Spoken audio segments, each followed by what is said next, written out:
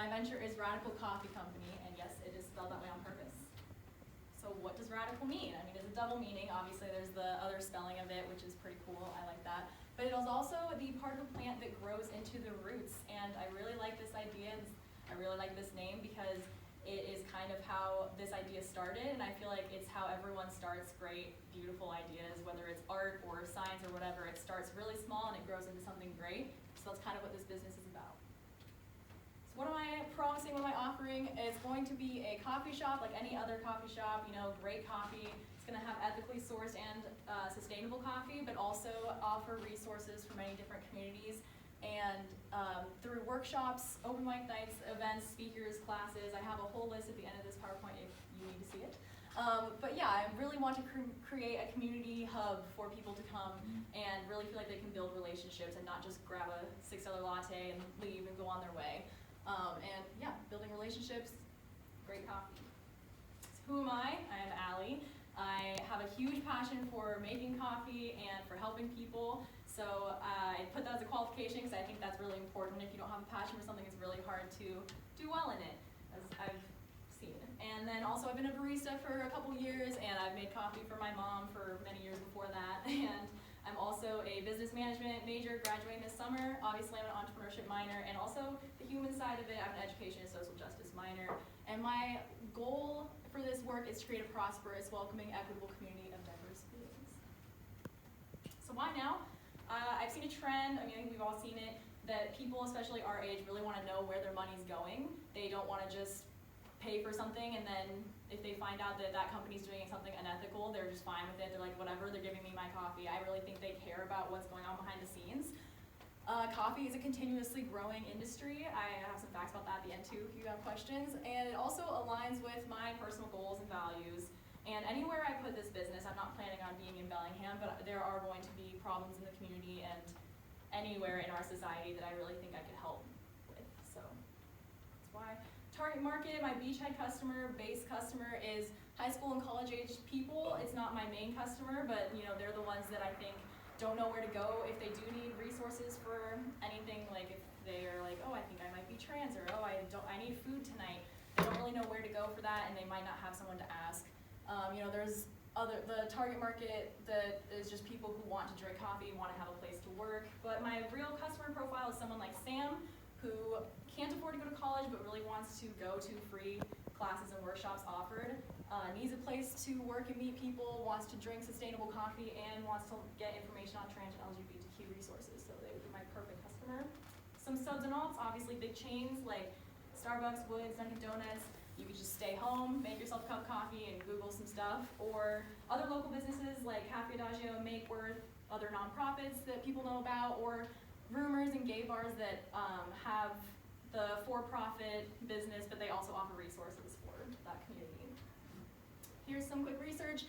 The main one that I looked at, where do people go to get coffee, what beverages do they get, and why do they go there? Starbucks was not surprising, and they like espresso drinks, also not surprising, and familiarity is the main reason they go.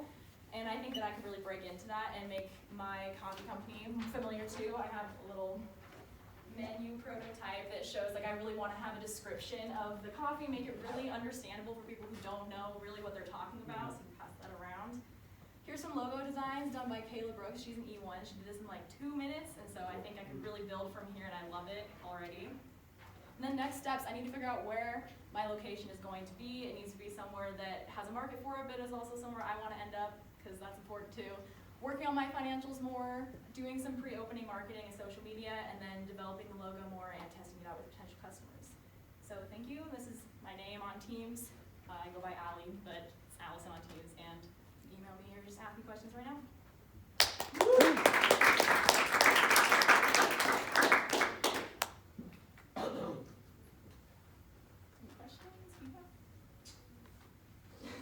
Could you explain more about the intersection of the social justice, education, and the community hub sort of coffee shop angle that you've got there? I think there was a point there where I got lost between having a community, what I heard was a community coffee shop, entertainment space, hub, and then there was an aspect of social justice and education. I didn't kind of trace the line between the two.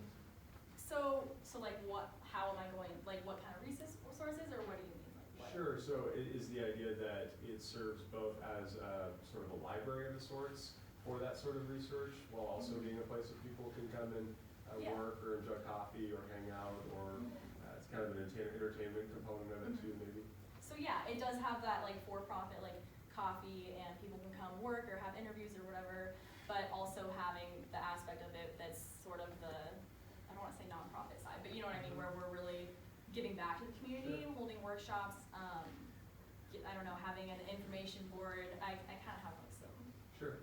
there's a lot of examples, but like open mic nights, a lot of places around here do stuff like that, but also like having a book swap or having a map of like where can you go to get food and stuff like that. So just kind of, combining both of those. Does that Okay. answer your question? Yeah, so what I would say is that because that wasn't entirely clear to me, I would work to shore that up in your presentation, Yeah. just to see how that flow of information goes, not so much that I didn't understand it, but just noticing that.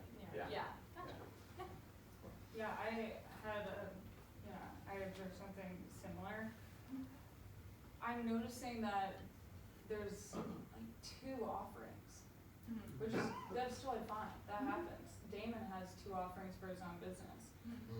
So true. But, how might you be able to really outline and pitch to us 2 offerings? Like, one suggestion I have is make 2 BICs, BIC 1A, BIC 2B, and also really narrow down on what your offering is, because I'm hearing education, I'm hearing a safe and inclusive space, and then I'm hearing coffee. So there's multiple things going down, but one thing that'd be really interesting is not just narrowing down, but how can you connect it? Because I see these 2 things, like, it's inclusive educational space. But how can you tie in the coffee? For example, tea party, like, okay, let's have a tea party, like, let's talk about some issues, or, or let's sit down and have a cup of tea. How can you relate that back to the coffee? Because you have 2 offerings, so try to tie them in.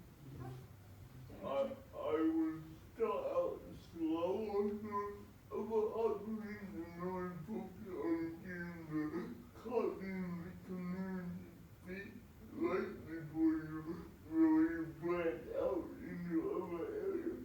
And then, because I focus a lot on accessibility, I would feel free to reach out to me if you have questions on how to make the coffee shop very accessible, because I do it like that would really go into what you want to offer. And how is this particular space any different than Make-Work? What's your distinctive competitive advantage? What's making this different than any other coffee shop, say Black Drop or something along those lines? I think that Makeworth and Black Drop are more that event space or the entertaining space that is charging more for coffee than they need to. I think that Cafe Adagio downtown is actually closer to what I would want my coffee space to look like, with like the cheaper prices and big space. And but then also having, like, I know that Makeworth has events, but more community focused events to try to help the community, not just bringing people together. Like they have like the swing dance nights and stuff like that, but like really having it be more of a like educational. Does that make sense? Yeah. Okay. One thing I wanted to note as well is that for those that don't know, most of the important people in town meet at Adagio to talk about important stuff. It's kind of a funny thing. The place is a gravity well of mayors, city council members, lawyers. Like, it's kind of a wild thing if you walk in there. So whatever they're doing there could be a component of location and their offering, but I would pay close attention to what they're doing there, and perhaps even use them as a source of inspiration, setting up a meeting to talk to them and ask them how they run their business, because something's going on there that makes it so it's like my mom goes there, my dad goes there, and all the people are connected to as well. So yeah, this is the next step. One more question. Off-topic question, what's the difference between espresso and coffee? What do you mean, like a drip coffee? Yeah. So like coffee you make at home in a coffee pot is like, it's like watered down, it's like a pretty big cup, and then espresso is like really condensed and small, and like you put it, usually you don't drink it straight. I mean, in like Europe they do, but like that's what they make like lattes and stuff out